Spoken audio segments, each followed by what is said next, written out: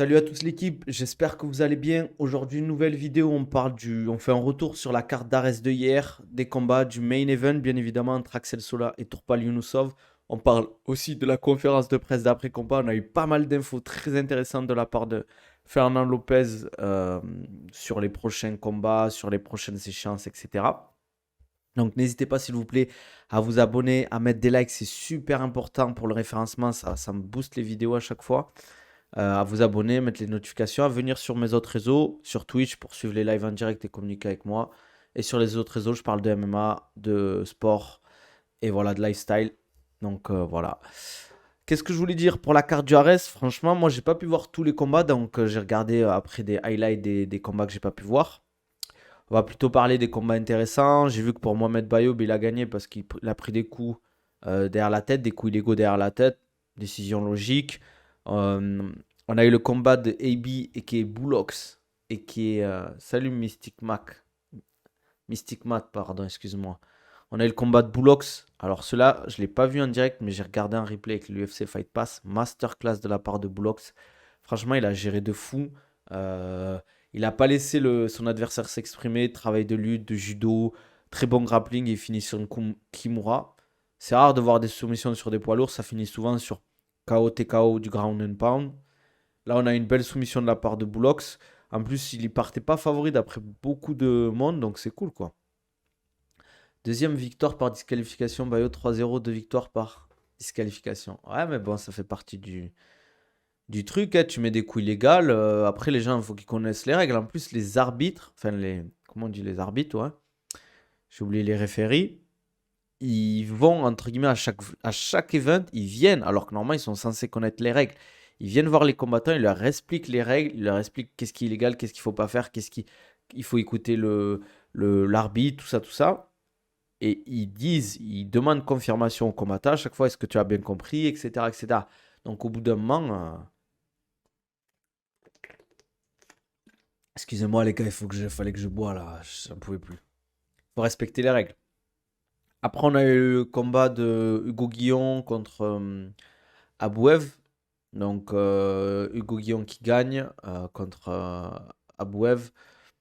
Bon voilà quoi, question on va dire, enfin combat, voilà sans plus. On a eu un beau combat, enfin un beau combat. On a eu Vlad qui fait encore un finish par TKO, très agressif comme d'hab. Après ses adversaires, j'ai l'impression qu'ils n'arrivent pas à gérer son agressivité sur les premiers rounds. Donc à voir ce que ça donne dans le futur.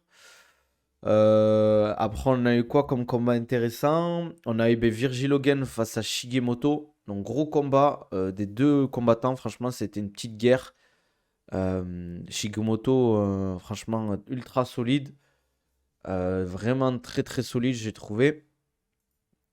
Mais Virgil au-dessus sur la lutte, sur le grappling, même s'il y a eu quelques frayeurs. Il y a eu aussi un coup qui n'a pas été pour moi un coup de la part de Shigemoto qui est interdit. Un man, il part sur une clé de cheville et il met un coup, je crois, dans la tête à Virgil alors qu'ils sont au sol, une sorte de up kick.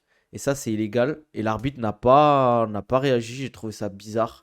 Ça, c'est le genre de choses qui peuvent faire la diff quand même, hein. Tu prends un up kick, t'es déstabilisé pendant 1, 2 secondes. Mais ton adversaire, il peut être opportuniste et te caler une soumission derrière. Et si l'arbitre fait pas le taf, tu fais comment pour revenir en arrière? C'est compliqué, hein. Donc voilà. Après, bien évidemment, ben, victoire de la part de Virgil à la décision. Mais après, son adversaire était très fort. Il a fait les Dana White Contender Series. C'est un bourbier. Très bon en striking. J'ai l'impression qu'il lui manquait de cardio. Même si à la fin, les deux, ils étaient un peu au coude à coude, entre guillemets, à ce niveau-là. Il a failli se faire un peu knockdown ou faire un peu l'ascenseur, Virgil. Ça a montré un peu des faiblesses sur son striking. Parce que j'ai l'impression vraiment il strike pour lutter. Après, il peut toujours progresser sur son striking. Mais en fait, il cherche pas l'échange. Et après, c'est ce qu'il fallait faire face à un adversaire comme Shigemoto qui a les mains lourdes, qui peut faire mal, qui peut déconnecter facilement. Je pense qu'il a bien fait. Mais j'ai trouvé ça qu'on a vu beaucoup d'ouverture de la part du niveau à Virgile. Va falloir qu'il bosse encore. Parce que s'il veut aller à l'UFC, euh, il y a des très bons strikers, hein. Les mecs défendent très bien la lutte. Pour moi, Virgile, je serais pas choqué qu'il transitionne direct à l'UFC sur le short notice ou TUF ou Dana White Contender Series. Je le vois bien sur le Dana White Contender Series. Je vois pas en fait des Français aller au TUF. Et surtout, il faut bien parler anglais. Il y a peu à raconter en fait sur des mecs comme ça, quoi. Je vois pas l'intérêt. En plus, t'es loin de chez toi pendant quelques temps. Je vois plus des Dana White Contender Series. Après, je le vois pas directement faire la transition à l'UFC encore pour moi. Pour moi, ce serait bien qu'il chope la ceinture. Pour son prochain combat, là, il aura encore un title shot. Je sais pas quand, peut-être pour avril. Donc, à voir. Surtout que, bon, on en reparlera en fin de stream. Maintenant, les arrêts, ce sera tous les 2 mois. Dylan Salvador, c'est un Français, il devait faire le dernier TUF. C'est pas les Dana White Contender Series qu'il a fait? Alors, je sais pas. Après, il a perdu au final Dana White Contender Series, donc je pense que c'est mort pour le TUF. Après, on a eu comme main event, combat féminin, Rizlen, je crois, qui gagne la décision, qui a dominé tout le combat. Donc voilà. Et après, bien évidemment, on a eu le main event, Tourpal Younusov face à Axel Sola. Gros, gros, gros combat. Axel Sola, franchement, ils ont bien bossé le cage control. Ça se voit. Ils ont mis un game plan en place pour contrer le travail de sable de Tourpal. En fait, ils ont tellement bien bossé, j'ai l'impression, ces phases de lutte et de grappling, que des fois en striking, c'était dangereux pour Axel, parce que je pense qu'il ne s'attendait pas en fait à ce style un peu décousu, je dirais, de la part de Tourpal. Donc des overhands, sans forcément partir sur la lutte, mais il a bien joué sur l'incertitude et moi j'ai kiffé ça. Un mec pro comme Virgil, je suis sûr qu'il bosse l'anglais à fond. Ouais, je sais pas. Après, il parle pas beaucoup, tu vois, il est timide, c'est pas un mec qui est beaucoup sur les réseaux et ça joue beaucoup pour l'UFC, ça, hein, faut pas l'oublier. Après, ça veut rien dire. Il y a des mecs qui vont à l'UFC, sur les réseaux, c'est peanuts parce qu'ils en ont besoin, c'est de la main-d'œuvre, entre guillemets. Qu'est-ce que je voulais dire? Ouais, bon, pour le main event, gros combat, les gars. Moi, j'ai kiffé. J'ai l'impression que il a parlé de blessure après le combat. Moi, de ce que j'avais entendu avant le combat, c'est qu'il avait une grosse blessure au dos. Donc, je sais pas si c'était ça qui parlait. J'ai entendu au pied. Juste avant le combat, il s'est blessé au pied. Donc voilà, je ne sais pas exactement. C'était un combat serré, même si je trouvais qu'à la fin, ben, Tourpal, il revenait bien, sauf qu'il a fait l'erreur un peu de en- entre guillemets, d'être pris par les émotions. À un moment, je crois que Aldric Cassata dit à Axel Sola, ouais, il est fatigué. Et t'as Tourpal qui regarde Aldric Cassata en mode, ouais, non, je suis pas fatigué. T'as Abou dans son coin qui dit, je crois, qui dit à Aldric de fermer sa gueule, d'arrêter de parler, de fermer sa gueule. Et je sais pas si ça a joué, hein, mais je trouve que c'est dommage de se faire, de rentrer dans le jeu, entre guillemets. Fallait rester focus, fallait rester concentré. Quand tu joues avec les émotions, quand tu combats, c'est pas bon. Faut rester robotique, faut rester en mission, comme si tu étais en mission. Faut laisser s'exprimer son instinct, son talent, mais faut respecter, entre guillemets, ta stratégie, etc. Apparemment, une blessure au niveau du tendon d'Achille. Il a parlé de la cheville, je crois, et c'est vrai que Torpal en striking, il était pied plat. Aïe, aïe, aïe. Ah, ça joue beaucoup, ça, hein. Même pour la lutte, hein. Ah, j'espère que c'est rien de grave. Mais ça joue, hein. Après, ça n'enlève à rien la victoire d'Axel Sola. Axel Sola a fait le taf. C'est pas non plus, c'est pas la faute d'Axel Sola si c'est blessé, etc. C'est pas sa KT exactement. Pour moi, c'est un 66. Même lui-même, Torpal, il voulait combattre en 66 vis-à-vis de la taille, hein, ça se voit. Euh, Nizar qui me dit des stories d'influenceuses, mais toujours pas de la vidéo sur le squat. Ah ouais, c'est chaud. C'est comme ça qu'on dit bonjour. Je bois un peu, les gars. Buvez de l'eau, c'est important. Qu'est-ce que je voulais dire? Ouais, catégorie 66 pour Tourpal, normalement. Vis-à-vis de la taille, de son gabarit et tout. Axel Sola, on voyait qu'il avait quand même un avantage sur la longe, la taille. Grosse expérience amateur d'Axel Sola, hein. Ouais, il a combattu en 84 puis en 77. Non, je crois que c'était en 75 qu'il combattait. Non, 77 puis 75. C'est un gros 70, c'est très grand, musculeux, physique, ça se voit, grosse défense de lutte, bon grappling, bon striking assez complet. Euh, des bons kicks, je trouve. Bons kicks circulaires qui viennent te saper l'abdomen, les jambes et tout. Donc voilà quoi. Edwards, bien évidemment, tu me poses une question. Bien évidemment qu'on est, on est Team Leon Edwards ici. On n'est pas. S'il y a des Team Colby ici qui quittent, même si je perds des viewers, qui quittent le stream, les gars. Qu'est-ce que je voulais dire? Donc voilà, franchement, bel event. Ah, bien évidemment, Team Edwards, les gars, on est Team Edwards fort. Qu'est-ce que je voulais dire? En tout cas, bel event, beau main event. Dommage qu'à la fin, bon, ça soit un peu parti en cacahuète. Après, Tourpal s'est excusé, Axel Soulage, très beau discours. On en parlera après à la fin de stream, ça Nizar, des gens qui défendent Colby. J'ai une théorie, mais j'en parlerai en fin de stream. Qu'est-ce que je voulais dire? Par rapport après à la conférence de presse du père Fernand.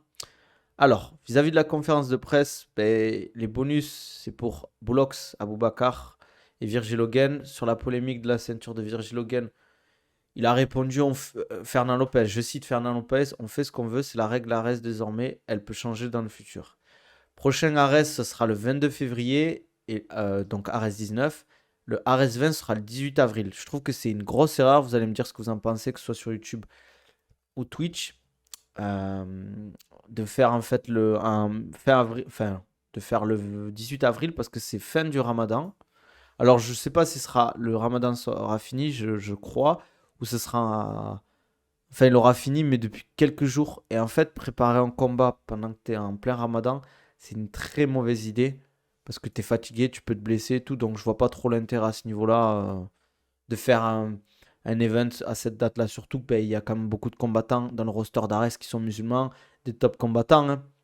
Baïsangour, on a Aboubakar qui doit faire la ceinture, je crois, en plus en avril. On a Ibrahim Mané, on a Félix Klinkhammer qui sont aussi. Ah, c'est 10-11 jours après l'Aïd. D'accord. Je pensais que c'était plus proche. Mais ça, enfin, ça reste compliqué quand même. Hein. On va pas se mentir. Parce que ben, tu fais quasiment tout le training camp pendant le ramadan. Parce que 10-11 jours après, tu ralentis quasiment. Puisque t'as la semaine de Fight Week avant, t'as 5 jours que tu peux enlever. Et la dernière semaine, ouais, mais même c'est dangereux, hein, je trouve. Moi, je trouve que c'est pas une bonne idée. Après, c'est leur choix. Peut-être j'aurais fait un peu plus tard. J'aurais fait vraiment fin du mois d'avril. Après, ils sont malins. Hein. S'ils font pas dernier fin de semaine, c'est parce que les gens ils ont plus d'argent en fait. Parce qu'ils payent leur place. C'est toujours mieux de faire en milieu de mois en général. Parce que les gens ils ont de l'argent entre guillemets encore. Stratégique tout ça, mais il faut y penser les gars. Donc voilà, je trouve que c'est pas une bonne idée. Après, qu'est-ce qu'il a dit comme info? Attendez, je vais vous donner les infos. Donc, Ares 20 devait se tenir en mars, événement décalé à cause du ramadan. Sur l'altercation suite au main event, c'était l'émotion et l'euphorie liées au combat. Ça, c'est ce qu'a dit Fernand. Donc, après, faut pas en vouloir à Tourpal parce que ça reste, tu sais, c'est l'ego, t'es dans le feu de l'action et tout. Donc, faut pas lui en vouloir. Fernand Lopez a dit que quelques gars des amateurs IMAF ont été approchés par le Ares. Sur les relations entre le PFL et le Ares, on verra à l'avenir des combattants Ares apparaître sur des cartes du PFL et vice-versa. Donc on verra des mecs du PFL au Ares. Sur les dernières polémiques liées à l'Ares, il a répondu merci pour les roses et les épines. Voilà. Alioun Nayan, Naya, oula, je sais pas parler les gars, désolé. Ah non, pas le 10. Après Ares 10. Ouais, faut voir en fait, je sais pas. Alioun, bon, vous m'avez compris, Alioun, il devrait être le main event de l'Ares 19. Je pense pour une ceinture en 66, on aura Félix Klinkhammer, Jordan Zebo, Paulin Beghem, Moussab, Aziz Alali, Binate vs Saadi. Ça, c'est un combat que je voulais voir. Et le main event de la RS20 sera Peña Yunusov. Unification ceinture Bantam. Voilà. Ares en Afrique est toujours envisagé, pas à Dakar. Un title fight a été proposé à Ibrahim Mané. Pas du FC Paris, pas du FC Paris 3 en mars. Baki Shamsudinov va prendre des vacances et devrait revenir en avril. Ça, les gars, moi j'ai un doute, mais bon, on verra bien. On en reparlera plus tard. C'est la RS 14 Pépi vs le bout. T'es sûr? C'était quand ça? Ah oui, c'était en mai, je crois. My title shot, c'est bizarre ça. Ouais, je sais pas. Après, en soi, ça me choque pas parce que ben, si Baki a raté la ceinture, tu peux donner la chance à un autre gars.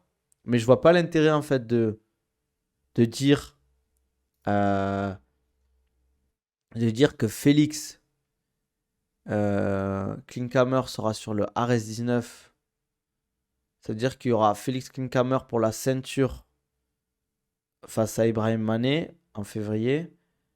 Ça veut dire que derrière, ben, Sangor Shamsudinov, s'il fait un combat en avril, il fait quoi en fait? Parce qu'il n'y aura pas. Je pense que si le mec combat en février, ils vont pas recombattre en avril, quoi. Kamel Apili s'entraîne toujours et devrait combattre hors Ares. Voilà, on n'a pas plus d'infos.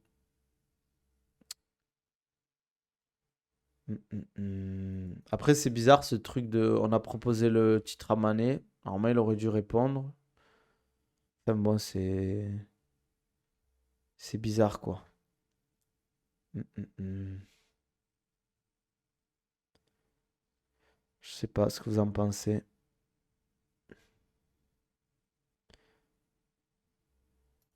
Dis-moi ce que vous en pensez, vous. Félix doit revenir en février en plus. Non, c'est sûr, Mané mérite. Après la ceinture, je pense qu'il y a une trop grosse fixation. Comment ça, Mérix? Le plus important, c'est de prendre des adversaires bien classés. Ouais, mais c'est important une ceinture. Parce que déjà, au niveau des organisateurs, ça veut dire que tu passes en main ou co-main event. Ça veut dire que tu es plus regardé, tu es plus mis en avant. Pour les sponsors, c'est important. Pour l'argent aussi, tu gagnes plus d'argent pour une ceinture. Qu'est-ce que je voulais dire? Je pense que peut-être le Fight of the Night, ça aurait été bien de le mettre à. Comment ça s'appelle? Moi, je voyais plus Axel Sola vs Tourpal parce que je trouvais que c'était vraiment du haut niveau. C'est un combat que tu peux voir à l'UFC, clairement. Et pas un combat de merde. Donc voilà. Et surtout qu'en fait, c'est quand même une consécration d'avoir une ceinture, les gars, dans une organisation. Arrête, ça reste une bonne organisation en France. C'est pas ridicule. Donc faut pas nier le fait que les combattants aient envie de gagner la ceinture. Surtout que au bout d'un moment, tu t'entraînes pour ça, quoi. Pour avoir des titres. Plus t'as des titres, mieux c'est, quoi. Euh, alors voilà, voilà, voilà. Je sais pas ce que vous en pensez vous. Après pour ce soir, les gars, on a une grosse soirée aussi KSW vs enfin KSW plus UFC. Donc on a Saladin Parnasse pour le triple champ. On espère qu'il va gagner. Et on a l'UFC avec Colby Edwards, Pantora, j'ai oublié le nom de l'autre. On a des combats de fou, Bryce Mitchell, Joe Emmett. On a Shavkat Rakhmonov contre Stephen Thompson. J'en oublie aussi, bien évidemment, Paddy Pimblett, Tony Ferguson. Zebo vs Félix, les deux reviennent en furie. Impossible. Je vois pas pourquoi, en fait, Zebo pourrait avoir la ceinture, là. Même si sa dernière défaite, c'était au PFL et pas à l'ARES. Donc ça, tu peux, mais je vois pas. Je trouve que Ibrahim Mané mérite mieux, pour le moment, à la limite, s'ils font pas combat de Baki. Ah! Ah non, Félix, je pense qu'il veut le prochain combat, il veut une ceinture. Ça serait lui cracher un peu à la gueule que de ne pas lui proposer une ceinture pour son prochain combat quand même. Non, moi je pense que la plus logique, ça serait Félix vs Ibrahim Mané s'ils veulent faire ça en février. Après, ça va vite février quand même. Mais moi je trouve que c'est plus logique. Il est beau, je vois bien un dernier combat avant un title shot. Les ceintures sont quasiment pas défendues à l'arrêt à part Peña. Mais surtout en fait que pour le moment, personne n'a les ceintures. 84, il n'y a pas de ceinture. 93, il n'y a pas de ceinture. Poids lourd, il n'y a pas de ceinture. 66 kilos, ben, c'est Damien Laplus qui l'avait. Et 70, c'est pareil avec le truc de dopage. 61, c'est Peña. 57, il n'y a pas de ceinture. Ça reste une organisation jeune, hein. Donc Mané prend la ceinture, il se taille au PFL, il fait encore un intérim pour la Welter. Intéressant, on verra bien. Je sais pas à voir. Mais c'est sûr cette histoire de PFL. Moi aussi j'avais entendu que Ibrahim Mané devait aller au PFL. Après je sais pas si ça va se faire. Après moi je vous le dis les gars, hein. Moi entre Ibrahim Mané et Félix, je vois Félix gagner, hein, personnellement. Je vois Félix meilleur. On se rend pas compte, il est très très bon comme combattant, hein. On le sous-estime beaucoup quoi, je trouve. Hum, hum, hum.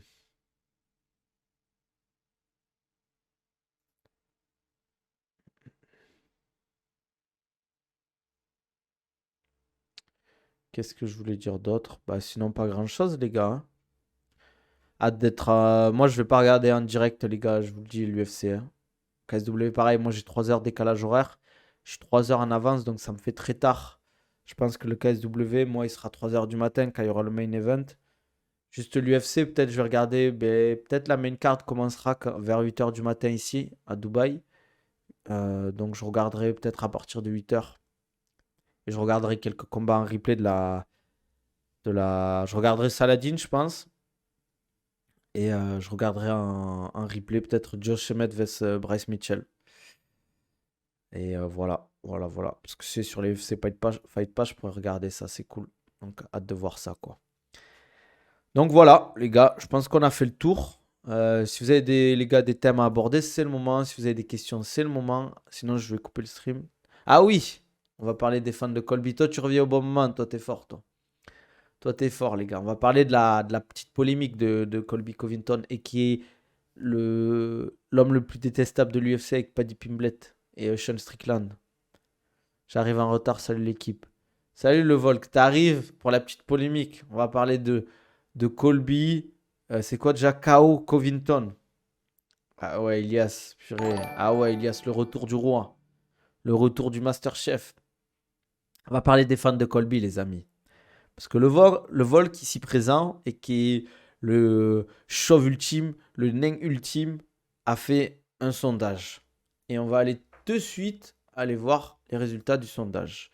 Alors, le Volk. Allez follow le Volk aussi, les gars. Il fait un podcast super cool avec Fight Mind. Allez checker le Volcast. Attendez, je vais vous montrer ça, si je peux. Alors, attendez. Propriété. Google.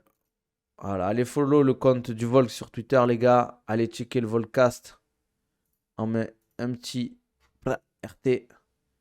Il est où ce petit vote, mon petit Volk? Ah là là, j'ai voté, moi.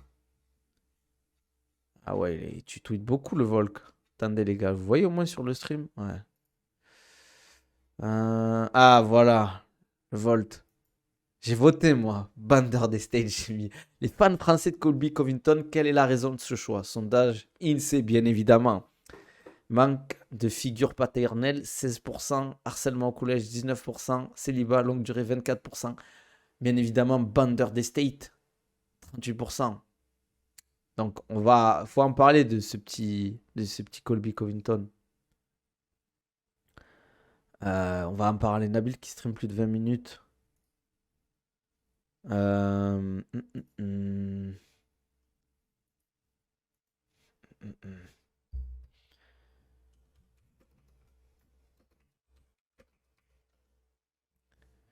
J'ai oublié racisme, évidemment, mais ça, c'est évident. C'est évident, le racisme. C'est évident. Moi, je vote racisme. Non, mais les gars, pour moi, si t'es fan de Colby Covington, j'ai du mal à comprendre. Le mec, il combat pas. À chaque fois qu'il parle, il dit n'importe quoi. Propos douteux. Il suce Donald Trump. Moi, je m'en fous de Donald Trump en soi. Mais le mec, ça, il parle de Donald Trump. On dirait que c'est lui qui a vaincu le cancer, quoi. Je sais pas de quoi il parle. Ce mec est détestable à souhait. Il est détestable à souhait, ce mec. Il y a pas, en fait, il y a pas une raison qui peut te dire en plus, ouais, il combat, c'est stylé comment il combat et tout. Non, en vrai, Colby Covington, s'il met du volume et puis c'est tout, quoi. Mais il a pas un style, c'est pas Yair Rodriguez, c'est pas Conor McGregor, c'est pas Ngannou, quoi.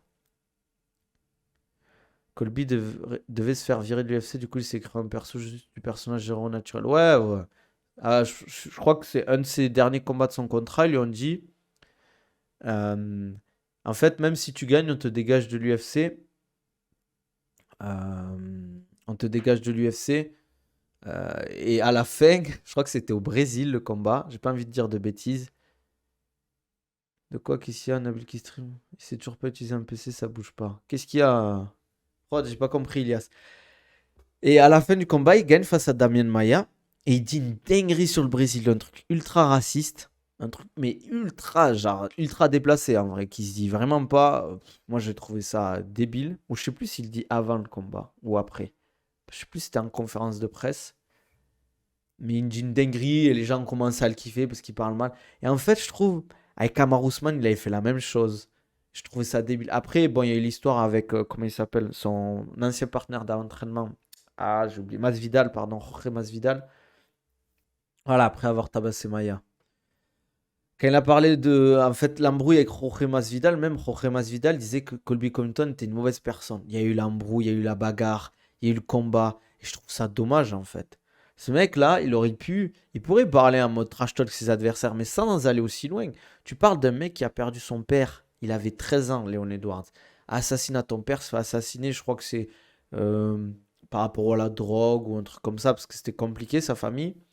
Ok, c'était pas un enfant de cœur, son père, Alan Edward, mais ça reste son père. Tu vois, c'est une figure paternelle. Peut-être qu'avec ses enfants, ben, il était très gentil. Tu vois, il apprécie son père. Il devait sûrement aimer son père. Et ça a dû être un traumatisme pour lui. Perdre son père. Bien évidemment qu'il est fort, Colby Covington. Et c'est ça qui est malheureux. Ah oui, c'était quand il avait parlé de ouais, je vais venir en cheval et à une certaine époque, vous seriez esclave ou je sais plus quoi, non? Colby Covington, ouais, c'est un des meilleurs welters qui n'a jamais eu la ceinture. C'est un peu un roi sans couronne, je dirais. Un éternel deuxième, un gatekeeper, un peu. Même si je trouve qu'il n'a pas pris des adversaires très très difficiles, en dehors bien évidemment des guerres qu'il a fait avec Kamaru Usman. Tyron Woodley, il a pris en fin de carrière quand il n'était pas à son, plus du tout à son prime, même loin de son prime. Euh, ouais, venu habillé en mode. Un peu à la. Comment il s'appelle ce film là? À Django un peu. Euh, et en fait, je trouve que ce genre de discours, ça n'a. En fait, tu vois, quand il imite le coach de Léon Edouard, je me dis, ah, ça, c'est du trash talk. Je trouve ça pas super marrant parce que tu te moques d'un coach. C'est même pas le mec contre qui t'affronte, mais du coach avec son accent et tout. Surtout qu'en plus, il dit, ouais, c'est un lâcheur et tout. Ouais, mais ça fait partie du truc. Euh, et au final, il a rebondi, il a explosé Kamaru Usman. Et moi, je l'aurais dit, toi, t'as perdu 2 fois contre Kamaru Usman. Moi, j'ai gagné 2 fois contre Kamaru Usman. Moi, j'ai la ceinture, toi, tu l'as pas. Ouais, voilà, en fait, je trouve il est pas méritant. Et Dana White qui dit rien, qui réagit pas, je trouve qu'il pourrait dire pareil. Pareil, les gars, on va parler, même si je déteste Sean Strickland, ce qu'a dit Dricus Duplessis à Sean Strickland. euh, Parce que je crois que son père tapait Sean Strickland, il le tabassait, ou je sais pas s'il y a eu du viol, ça, je sais pas suivi. Mais qui dit, ouais, toi, tu te fais baiser par ton père, ou je sais pas quoi. Ça, c'est des trucs en mode violé ou tabassé. Euh, Qu'est-ce que je voulais dire? Qu'est-ce que je voulais dire? Donc voilà. Voilà, voilà. Je sais pas ce que vous en pensez, vous.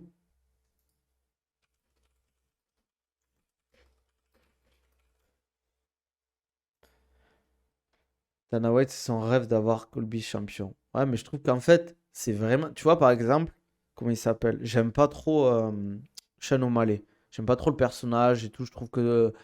Mais il a fait le taf pour être champion. Ok, il a été un peu monté et tout, mais il a pris des bourbiers aussi. Il a pris Peter Yan, Aljamain Sterling. Il y a eu ces histoires de dopage et tout. Voilà, quoi. Il a un peu esquivé des combattants bourbiers, quoi, entre guillemets. Là, il prend Chito Vera. Moi, j'aurais préféré un Merab. Zvachvili, je crois qu'on dit.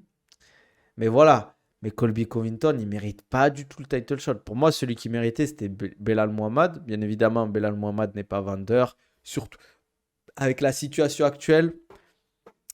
Bon, il savait pas, Belal, là, il savait pas l'UFC ce qui allait se passer en Palestine. Je pense que ça aurait été compliqué de se focus sur un combat avec ce qui se passe en Palestine quand même. Pour Belal, je sais pas, après peut-être ça aurait été une force de motivation, mais je sais pas si c'est la bonne idée pour Belal. Il est pas vendeur, Colby, Léon Edouard, c'est beaucoup plus vendeur. Il y a qui à part ça? Moi, pour moi, faut franchement quand même que Belal, même si Shafkat gagne, j'ai vu des gens parler, ouais, Shafkat doit avoir le title shot après la victoire s'il gagne Stephen Thompson. Il faut quand même mettre un peu de sportif. Bien évidemment, ça reste une entreprise, mais l'UFC doit mettre du sportif dans le. On veut voir les meilleurs s'affronter. Je trouve que Belal, même s'il s'est fait saccager, euh, saccagé par Leon Edwards, il y a eu le IPOC qui a fait que le combat est fini en no contest. Je pense qu'il mérite sa revanche. Belal Mohamed, même s'il n'est pas vendeur, même si son style de combat est dégueulasse, mais Léon Edwards peut rendre le combat intéressant en fait. On dit ouais, Belal Mohamed n'est pas intéressant à combattre, mais peut-être Léon, lui, il peut rendre le combat intéressant en fait. Volk qui dit bon, sachant que Belal est remplaçant pour le combat, ça devrait lui assurer le title shot. Ah, j'étais pas au courant. J'étais pas au courant. Bah après, les deux gars ont réussi la pesée. Leon Edwards, physiquement, c'est un monstre. C'est un monstre. Face à Colby, on va vraiment voir la diff. Parce que déjà, face à Ousmane, bon, physiquement, c'était pas énorme, mais c'est surtout au niveau de la taille. Mais Colby, vu qu'il est pas musculeux, il est pas fin. C'est aussi pour ça qu'il a une bonne endurance, aussi qu'il a un bon volume. Mais je pense que si Léon arrive à bien toucher au niveau des kicks, arrive à bien saper, mettre des bons body kicks, des bons euh, leg kicks, ça peut être intéressant. Après, il faut qu'il fasse attention à la lutte parce que je pense vraiment, vraiment que Colby va insister sur la lutte. Après, c'est facile, tu peux pas partir sur un takedown comme ça. Mais je pense qu'il va mettre du volume, volume, volume, il va partir sur la lutte. Et il peut rendre le combat chiant ou dégueulasse et gagner soit la décision, soit sur du ground and pound, peut-être une soumission. Donc voilà. Après, je le vois comme Leon Edwards légèrement favori. Striking meilleur. Il a une très bonne Comanche lutte. Il est pas dégueu en grappling. Ah ouais, t'arrives vraiment en retard, frérot, hein. Là, je vais quitter le stream. Un clinch, et Edward va lui faire du sale. Il va aller sortir de clinch, il va lui mettre des gros coups de coude et tout. Euh, Même en clinch, il arrive super bien à travailler. Underhook, overhook. Le cage control, il a vraiment progressé, je trouve. Après, il faut qu'il fasse attention. Si l'arbitre, il est sans pitié, parce qu'il accroche souvent la cage, il avait fait sur les deux combats face à Kamaru Usman, il accroche souvent la cage, Leon Edwards. Il a été pénalisé qu'une fois, alors qu'il a au moins attrapé 6 ou 7 fois dans les deux combats. Faut que Léon garde son calme. Après, ouais, faut qu'il reste intelligent. Pour moi, faut qu'il soit en mission. Il faut que ses coachs arrivent à le driver, qu'il soit en mission. Faut pas qu'il joue avec ses émotions. Il faut pas que si Colby joue dans le combat, faut pas qu'il se fasse avoir. Moi, j'ai confiance en Léon Edwards. Mais c'est vrai qu'il a un clinch, un travail de clinch incroyable. Moi, j'ai peur que ça fasse comme Adesanya. On pensait tous qu'Adesanya allait gagner. Ouais, mais Adesanya, c'est parce que son run, ça faisait longtemps qu'il était champion. Il a eu des problèmes. J'ai l'impression qu'il boit beaucoup d'alcool à ce qui paraît. Il a ces problèmes-là. Après, c'est pas une excuse pour dire que Sean Strickland ne mérite pas de gagner. Mais je sais pas. Ah ouais, Edwards est trop big face à Colby. C'est incroyable. Je pense qu'il doit pas beaucoup cut, Colby. À skip, il est déjà à 84. Ouais, mais ça me choque pas, hein. Parce que nous, quand on est. Les gars, quand Baki. Bon, après, hein, vous allez me dire, ouais, ben, c'est un weight bully et tout. Mais quand Baki, il est comment ça s'appelle? Je pense qu'il est pas à 84 là. Moi, je pense qu'il est carrément à 86 kilos déjà. Euh, Qu'est-ce que je voulais dire? Baki, quand il fait la pesée médiatique, il est déjà à 85-86 kilos. Colby, c'est un des seuls qui combat dans sa catégorie naturelle. Ouais, je trouve. Après, c'est parce qu'en fait, ça lui va très bien. Parce qu'il a un gros. En fait, son style, c'est du volume. Il met beaucoup de coups. Il a une grosse endurance. Si que t'es beaucoup, peut-être qu'il serait pas aussi performant physiquement en 70. Je trouve que ça lui va bien, en fait, son style là. T'as évoqué la diff de physique entre Sola et Tourpal. Ouais, je lui ai dit que déjà Tourpal c'est plus un 66. Après que c'était pas une excuse, parce que quand tu acceptes le combat, ben, tu estimes que tu peux gagner. Après, bien évidemment, il avait cet avantage Axel Sola. Mais là, globalement, honnêtement, faut le dire. Après, cette histoire de blessure, si c'est vrai que c'est handicapant. Mais comme je dis, ça, c'est pas le problème d'Axel Sola. Mais il a été meilleur partout, j'ai l'impression, Axel Sola. Moins offensif sur la lutte, parce qu'il sait que c'est compliqué de partir en lutte. Mais je trouve son anti-lutte, son cage control, euh, sa défense et surtout les coups qu'il mettait sur les phases de lutte, il a été beaucoup plus impactant. Juste, il a été, je trouve, touché en striking trop de fois, même si Tourpal a créé une incertitude vraiment exceptionnelle. Ce qu'il a fait là, l'overhand, un moment où il touche, je trouve l'angle de coup, le timing, l'incertitude qu'il a émis avant, c'était exceptionnel.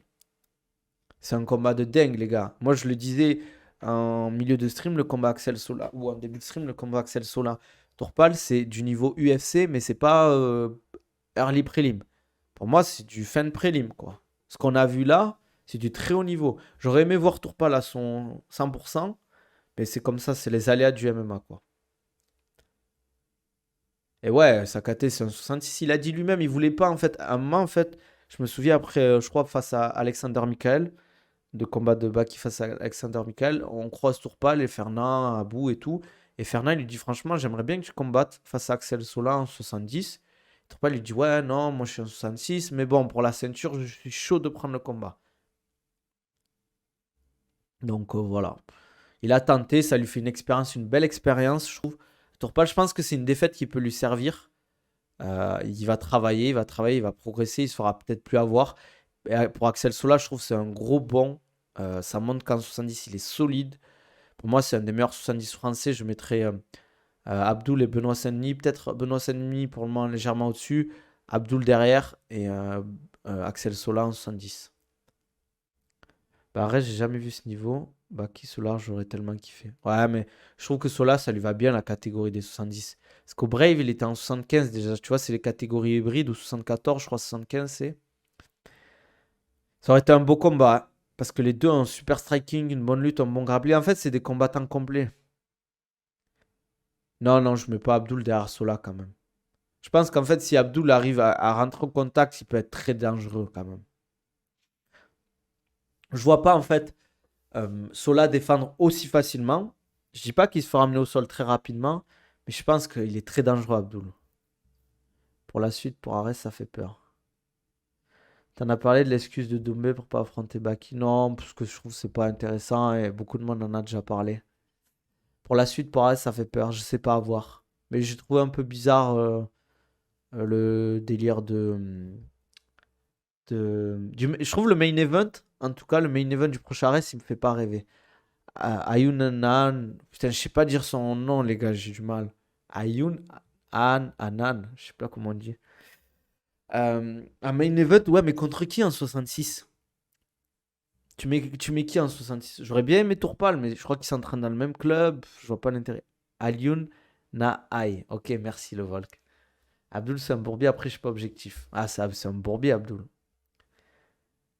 Franchement, il prenait tellement de coups sur les phases de lutte, je sais pas si ça a fait des dégâts sur le haut du dos aussi. Ouais, je pense qu'il a pris beaucoup de coups en fait sur les phases de lutte. Dagir. Mais Dagir, le problème, c'est que je sais pas si signera Juarez parce que le clan Imamov, je crois qu'ils s'entendent plus trop bien avec Fernand. Mais c'est vrai que ça aurait été un combat de fou, Dagir Alioune Naï, pardon. Ah ouais, l'accent bien franchouillard, t'as les FR qui disent Mbappé. On dit comment Mbappé? À Mbappé? On dit Mbappé, non? Dagir, c'est vrai, j'oublie Dagir. Mais Dagir, c'est. Dagir, pour moi, il a le niveau UFC, hein, je vous le dis, hein. Striking de fou furieux. Moi, je le vois tourner des fois avec Nassour.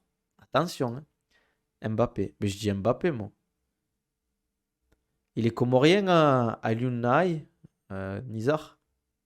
Non, mais attends, mais t'es marrant, toi. Vous êtes marrant, vous aussi, les gars. Vous parlez des fois, ouais, il y en a. Mais quand vous parlez, je vais vous donner un nom asiatique ou russe, vous allez bégayer aussi. Tona Kroll sort d'une défaite au PLFL, donc c'est moins vendeur. Ouais, c'est vrai. C'est Nabil ou Christophe, là? C'est qui, Christophe? Bon, les gars, on va se laisser là, hein. On a fait 42 minutes de stream. Comment tu dis, Hogan? Virgile. J'ai entendu Virgile Aujean, moi, sur le stream. Hier sur l'FC Fight Pass. Mais moi, je dis Virgil Hogan. Moi, je trouve que c'est stylé, Virgil Hogan. Virgil, solide. J'espère que pour le prochain combat, je sais pas qui pourrait prendre pour la ceinture, par contre. Parce que peut-être Hugo Guillon. Mais je le vois quand même ouvrir en deux, ouvrir Hugo Guillaume, moi. Ils sont pas combattus les deux, déjà? Je sais plus. Je vois que Hugo Guillon, en fait, contre pour le moment. Ouais, mais Aratic, les gars, il est dopé, frère. Reste sur le sport, t'occupe pas des langues des autres pays. Voilà. Isard, je vais t'attraper. Moi, en fait, ce que ça aurait été cool, c'est que si Baïsangour avait eu la ceinture là en 77 et que, comment il s'appelle, Virgile avait eu la ceinture en 84, on aurait pu faire Baki vs Virgile pour la ceinture des 84. En fait, Dona, s'il avait pas fait n'importe quoi avec ses combats, il aurait pu être bon. Tu penses quel Français va percer en UFC? À l'UFC, genre le plus prometteur à part Manon. Il y a Benoît Saint-Denis, je vois. J'aimerais bien Saladin Parnasse qu'il aille à l'UFC, putain. Benoît Saint-Denis, je dirais. La sourdine. Arrête, ça n'a pas respecté Virgile. Bien sûr qu'ils l'ont pas respecté, mais bon, qu'est-ce que tu veux? C'est comme. Putain, les gars, je suis fan stream, c'est là que j'ai des viewers. Je comprends pas, les gars. Vous faites quoi? Faut me follow sur les. Hum, hum,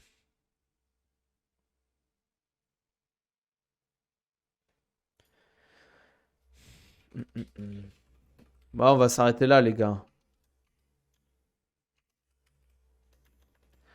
En tout cas, les gars, s'il vous plaît, abonnez-vous. On lâche un petit commentaire sur YouTube, comme d'hab. Euh, Si, Cyril Gann, on croit en lui, mais bon, c'est chaud là en ce moment. Abonnez-vous, s'il vous plaît, les gars, sur YouTube. Venez aussi sur Twitch. Mettez-moi un like sur YouTube, les gars. C'est gratuit. Vous avez juste à cliquer sur un bouton. Vous pouvez faire ça, quoi. Des fois, il y a des centaines de vues. J'ai 4 likes. C'est quoi ça, les gars? Non, non, non. Je reste pas 15 minutes, Nizar. T'es fou, toi. Toi, t'as qu'à stream, là. M'a saoulé, lui. En tout cas, merci d'avoir été là, les gars. Essayez de venir en début de stream. C'est plus sympa. Parce que là, on est 15. Tout à l'heure, on était 4, quoi. Vous se réveillez, les gars.